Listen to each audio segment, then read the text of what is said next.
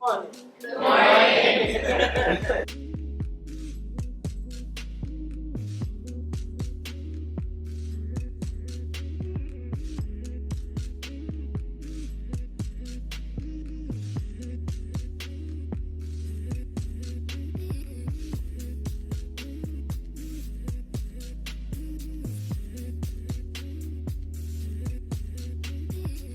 Everyone has to take out some issues, come up with ideas. How can we improve our settlement? And these young men are looking for somebody to value them and give them work. And when we step in that gap, I think we have a great opportunity to transform a community. That creates the conditions for transformation in the city. I managed to understand what I need in life, and then to achieve that is to join hands with all my colleagues and discuss the issues and come up with solutions to better our own lives.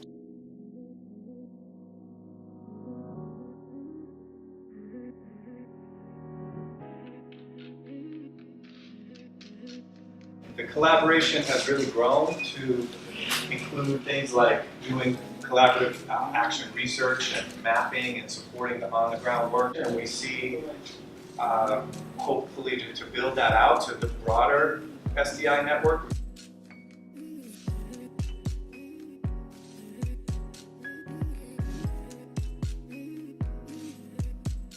You all have a way, like a strategy that works, that makes sense, that could possibly help us. Not just a one-off, hey, let's come visit, but how can we build a network of practitioners who are really committed to community building? This workshop is very significant for us. You go somewhere, something that you know, and you meet other people where you learn, what we teach, and then ended up learning and using that as a basis for our development. Just sharing and learning, reflecting on your own work, and can you learn something from another cultural, political, economic context that might get you to rethink or improve your work.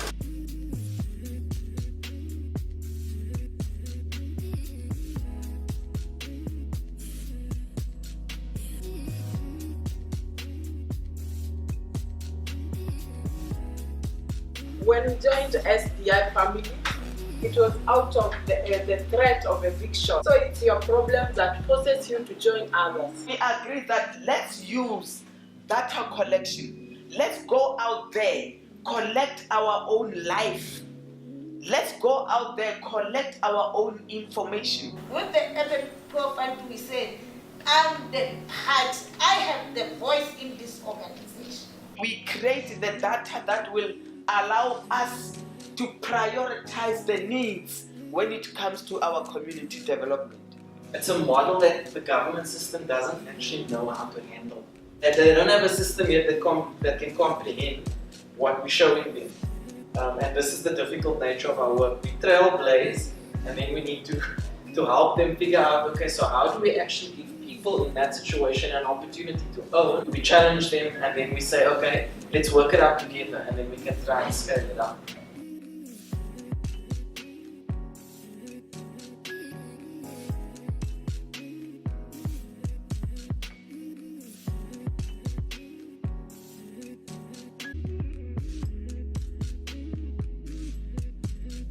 The specialty of Pogo is that it's staffed.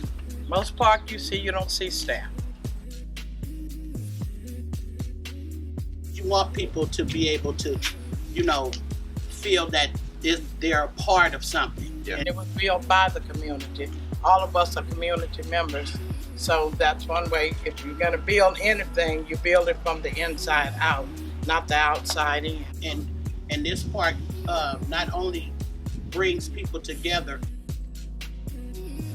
it also knocks down, language barriers, because I found out we all got going through something. It's just a different race or something, but it's all the same.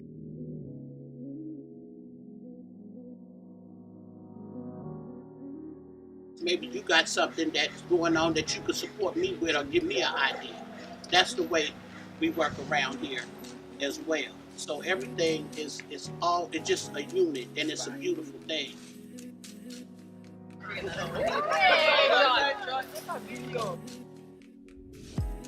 It's nothing like this in the world, and I'm glad to be a part of this.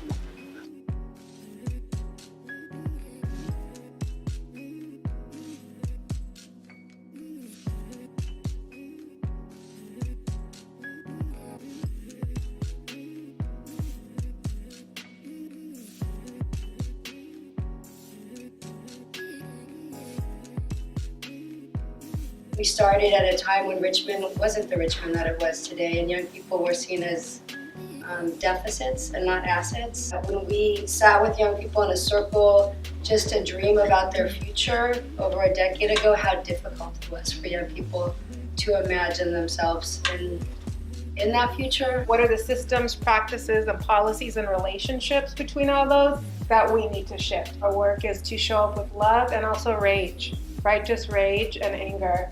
And to help that fuel the way we mobilize and change the conditions. I mean, the lessons that we learned, those things are continuous. So it really goes back to like, how are we creating spaces where we're in meaningful back and forth, continuous dialogue? To have had the trust of young people in this community to help hold their vision and their dreams. Every day I come into work, I'm thankful that they will still have us. Because if they don't want us, this is their space. And they should be able to kick us out at any time if we don't serve them in the way that we need to serve them.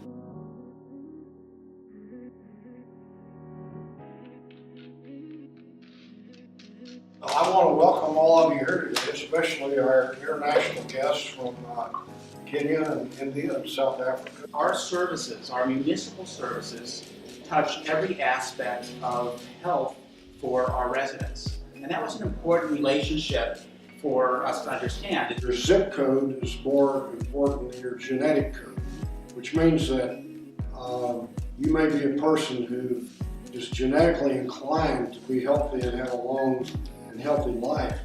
But if you live in an area where you do not have access to good food, you don't have access to health care, you don't have access to clean air, and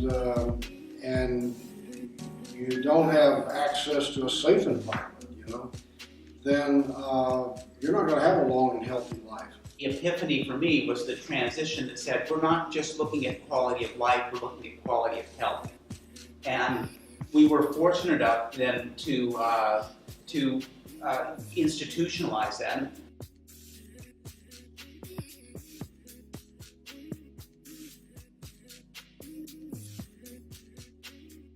In 2009, the city of Richmond was considered the fourth most dangerous city in the United States. One of the models that we put forward was this ideal of an office, a new government agency that would be solely responsible for reducing firearm assaults and associated injury and death.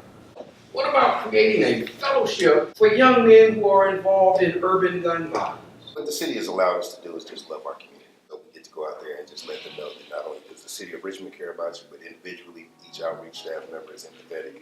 We all come from the communities that we're serving. We understand the plight that the young men are going through and try to just help them deal with it in a more healthy manner. The best thing that we did about this process is we incorporated the stakeholders to have the primary voice of what needs to take place.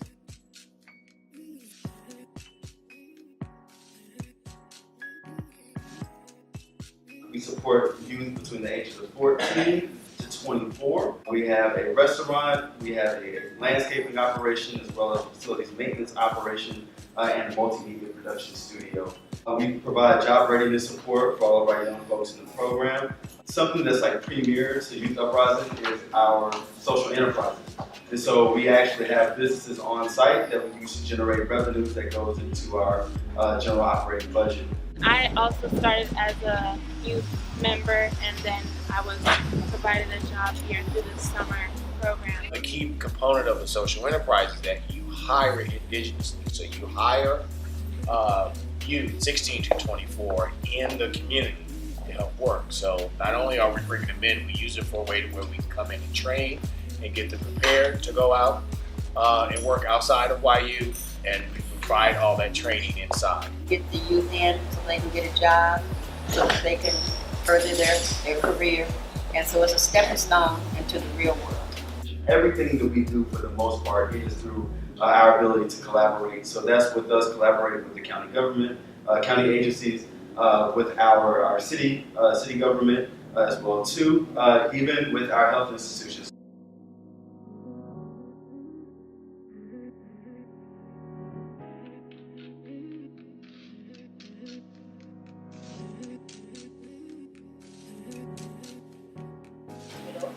How can we find local solutions that are sustainable without it being very capital intensive? The capacity for people to believe that like a small change in the built environment, then over time that builds to larger and larger infrastructure improvements. What does collective decision making look like in your community? And if you could maybe give an example of what that looks like, because I imagine if there's, people without a toilet or people without a roof or however that looks, how do you decide who gets what and at what time? Once we've collected data, we identify, then the community does a meeting. In the meeting, we prioritize. What do we want first? And who is most vulnerable? What do you think we can do as Americans to really get to know our neighbors, since we all live separately and we don't really talk to one another? Even if you are in your own house alone, but there's an issue that is affecting everyone within the community.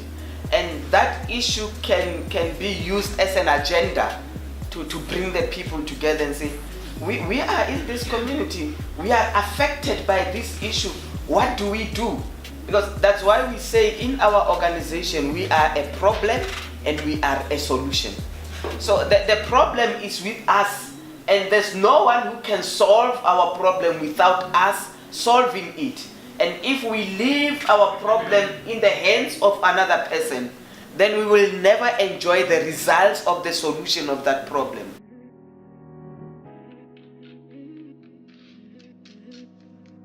If I can get some of the youth together and we talk about savings and seriously talk about it and get some that are really, really interested in it, I think we can go somewhere. But I'm really interested in how other countries use social media and digital technology. But what I realized is that a lot of your organizations work bottom up, and in many ways that's equally as effective as many policies, and more effective than many policies that work top down, because you're really working with local communities, and in doing so, you really understand what your community needs. Tactics like sharing, as well as these kind of community-driven efforts, I don't know why I never applied it or thought about how it could be applicable to Oakland, but now I'm starting to see it. I don't see the one every day, but I know that his work is helping my work, and hopefully our work is helping his work. And so seeing those connections are also really important, that we're not just looking at it as one issue. How can our education be intervened in here to help us, recognize informal expertise and centering communities rather than us thinking that we have the ideas and solutions to things. For me, this is an eye-opener, to be honest, and I think we came here at the right time to learn. Let's be passionate on what we do. Let's love the way we are. Let's appreciate the mess in this process. And let's wash the mess with clean hands.